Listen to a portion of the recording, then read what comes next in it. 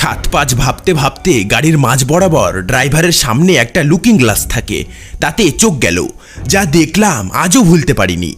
দেখলাম ওই লোকগুলো বাচ্চার মৃতদেহটাকে কয়েক টুকরো করে বেশ তাড়িয়ে তাড়িয়ে খাচ্ছে।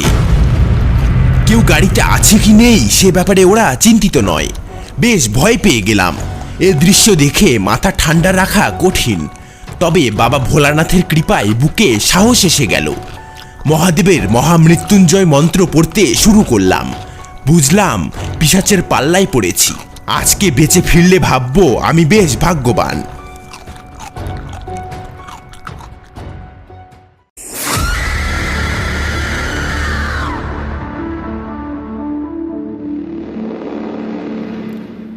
নমস্কার আমার প্রিয় শ্রোতা বন্ধুরা, প্রেত ভাণ্ডারের আরও একটি নতুন গল্পে আপনাদের সকলকে স্বাগত।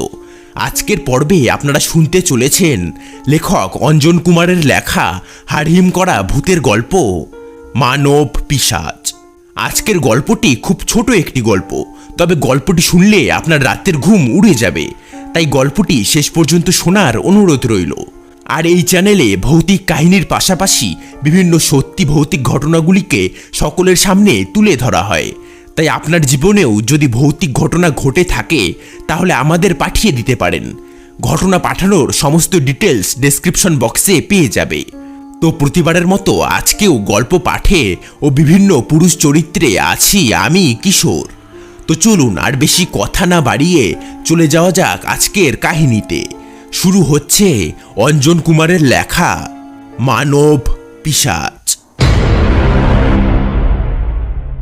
আজ থেকে 20 বছর আগে আমার তখন তরুণ বয়স। পিসির বাড়ি বেড়াতে গিয়েছিলাম পাশের জেলায়। সপ্তাহখানেক বেড়ানোর ইচ্ছা, কিন্তু দুদিন যেতেই আমাদের গ্রামের প্রতিবেশী এক কাকা পিসির বাড়ি এসে জানালেন যে আমার বাবা অসুস্থ, আমি শীঘ্রই যেন বাড়ি ফিরে যাই। এদিকে তিনি কোনো একটা কাজে এসেছিলেন, তাই মা তাকে দিয়ে খবর পাঠালেন। তখন তো আর ফোনের ব্যবস্থা ছিল না।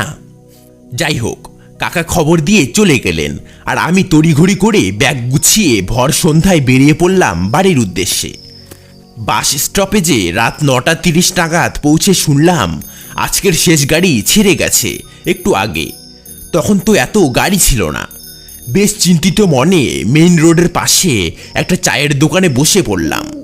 মনে আশা হয়তো কোনো গাড়িতে হাত দেখিয়ে একটা সিট ম্যানেজ করে নেব। বসে বসে পায়ে ঝিঝি লেগে গেল, কিন্তু গাড়ির আর দেখা নাই।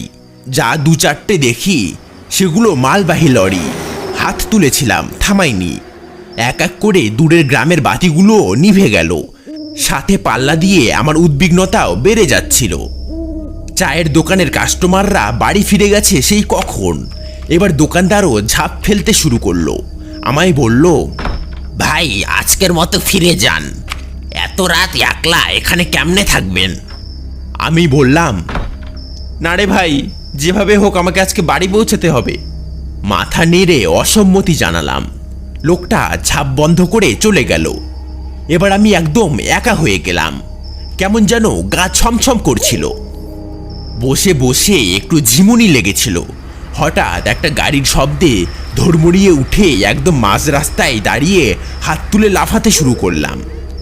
ওটা ছিল একটা দূরপাল্লার বাস। আমার নাচা দেখে ড্রাইভার ব্রেক কষল। দৌড়ে গিয়ে গেটে দেখলাম বাসে শুধু ড্রাইভার আর হেল্পার। ওরা বাস চালানো শিখছে। ড্রাইভারের বাড়ি আমার পাশের গ্রামে হওয়ায় আমাকে ওরা বাসে তুলে নিল। রাত তখন প্রায় 12টা। নিশ্চিন্তে সামনের সিটে গা এলিয়ে বসে পড়লাম। মিনিট 15 যেতেই ড্রাইভার আবার ব্রেক কষল। সামনে মুখ বাড়িয়ে দেখি জনাচারেক লোক একটা ছোট্ট মৃতদেহ কোলে নিয়ে দাঁড়িয়ে আছে। গাড়ি থামতেই ড্রাইভারকে বলল, ভাই আমাদের গ্রামের শ্মশানে বেশ জল জমেছে, তাই একটু বাচ্চাটাকে সামনের শ্মশানে নিয়ে যাব, যদি আমাদের একটু দয়া করে নামিয়ে দাও। যাই হোক, ড্রাইভার ওদের তুলে নিল। গাড়িতে কিছু লাইট জ্বলছে, কিছু নেভানো। গাড়ি চলছে, আমরাও ঝিমোচ্ছি। হঠাৎ কটর মটর করে কুকুরে হারচি বলে যেমন শব্দ হয় তার চেয়ে আর একটু জোরালো একটা শব্দ কানে গেল।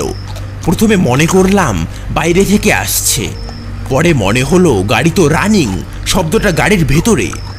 কোনো কুকুর উঠে পড়ল নাকি? 7-5 ভাবতে ভাবতে গাড়ির মাঝ বরাবর ড্রাইভারের সামনে একটা লুকিং গ্লাস থাকে, তাতে চোখ গেল। যা দেখলাম আজও ভুলতে পারিনি। দেখলাম ওই লোকগুলো বাচ্চার মৃতদেহটাকে কয়েক টুকরো করে বেশ তাড়িয়ে তাড়িয়ে খাচ্ছে। কেউ গাড়িতে আছে কি নেই সে ব্যাপারে ওরা চিন্তিত না। বেশ ভয় পেয়ে গেলাম। এই দৃশ্য দেখে মাথা ঠান্ডা রাখা কঠিন। তবে বাবা ভোলানাথের কৃপায় বুকে সাহস এসে গেল। মহাদেবের মহামৃত্যুঞ্জয় মন্ত্র পড়তে শুরু করলাম। বুঝলাম পিশাচের পাল্লায় পড়েছি। আজকে বেঁচে ফিরলে ভাববো আমি বেশ ভাগ্যবান। যাই হোক, মাথা ঠান্ডা রাখতে হবে। তাকিয়ে দেখি হেল্পার মন্ত্রমুগ্ধের মতো ওই লুকিং গ্লাসে তাকিয়ে আছে। বরফের মতো জমে গেছে। ড্রাইভার সামনে তাকিয়ে আছে। ভগবানকে ধন্যবাদ দিচ্ছিলাম আর বলছিলাম যেন সে লুকিং গ্লাসে না তাকায়, তাহলে আজকে অ্যাক্সিডেন্ট কেউ আটকাতে পারবে না। এক লাফে ড্রাইভারের পিছনের সিটে চলে আসলাম। বসার সাথে সাথে হেল্পারও লাফ দিয়ে আমার পাশে এসে বসলো। ওর শরীর তখন থরথর করে কাঁপছে। শক্ত করে ওর হাত চেপে ধরে কানের কাছে মুখ নিয়ে বললাম, খবরদার ড্রাইভারকে কিছু বলো না, চুপ করে বসে থেকো। ওর গলার গামছাটা নিয়ে পিছনে না তাকিয়ে উঠে দাঁড়িয়ে লুকিং গ্লাসটা ঢেকে দিলাম। আমি চাইছিলাম কোনোভাবেই যেন ড্রাইভার বিষয়টা না টের পায়। ড্রাইভার ঘাড় ঘুরিয়ে জানতে চাইলেন কি ব্যাপার। বললাম, চোখে আলো রিফ্লেক্ট করছে। বলল, লাইট অফ করে দেই? বললাম, লাগবে না। বলে ড্রাইভার গাড়িতে মনোযোগী হলো। রাত বলে তাকে অনেক বেশি কনসেন্ট্রেশন নিয়ে চালাতে হচ্ছে বলে রক্ষা। ওদিকে হেল্পারের অজ্ঞান হওয়ার অবস্থা। সমানে মহাদেবের মহামৃত্যুঞ্জয় মন্ত্র পড়ছি। ভিতরে ভিতরে আমিও হয়ে যাচ্ছিলাম। তখনও পিছন থেকে হালকা কটমট শব্দ আসছে। গাড়ি শ্মশানে আসতেই ড্রাইভার গাড়ি থামিয়ে দিল। আমি আগ বাড়িয়ে বললাম, শ্মশান চলে এসেছে। ওরা 4 জন কোলে সাদা কাফনের কাপড়টা নিয়ে নেমে পড়ল। একটু খেয়াল করলেই বোঝা যায় ওতে কিছুই নেই। ওরা নামতেই আমি উঠে গেট লক করে দিলাম। আর বাইরের দিকে তাকাতেই একজন বলে উঠল, ভগবানের কৃপা তোদের উপরে ছিল, তাই বেঁচে গেলি। এমন ক্রোধান্বিত সুর আমি আজ পর্যন্ত শুনিনি।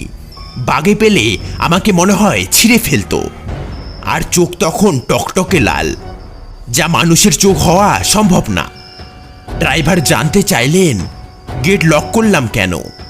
বললাম, রাত বিরেতে আর কাউকে গাড়িতে উঠিও না, এদিকটা ভালো না, গাড়িটা জোরে টানো। সে আর কিছু না বলে চালাতে শুরু করলো। আমি কিন্তু তখনও বাবা মহাদেবের মহামৃত্যুঞ্জয় মন্ত্র পড়ছি। অবশেষে রাত 3টায় গ্রামের পাশে এসে পৌঁছালাম। পাশেই ওদের গ্রাম। ওরা আর সামান্য একটু যাবে। নামার আগে হেল্পারকে নিষেধ করলাম আজ যেন ড্রাইভারকে কিছু না বলে। 3-4 দিন পর স্থানীয় পেপারে নিউজ দেখলাম যে রাত 1-1:30 নাগাদ একটা নবীন ড্রাইভার আর হেল্পার সহ ওই শ্মশানের কিছুটা আগে একটা বাস খাদে পড়ে গেছে। দুজনের কেউ বাঁচেনি। যে যাই বলুক, আমি জানি এমনটা কেন হয়েছে। এখনও আমাদের এলাকায় প্রায়শই গাড়ি অ্যাক্সিডেন্ট হয়। ওই পিশাচগুলো তো আজও জায়গাটা ছেড়ে যায়নি। শুধু মানুষের ঘনবসতির জন্য দাপট কমিয়েছে একটু।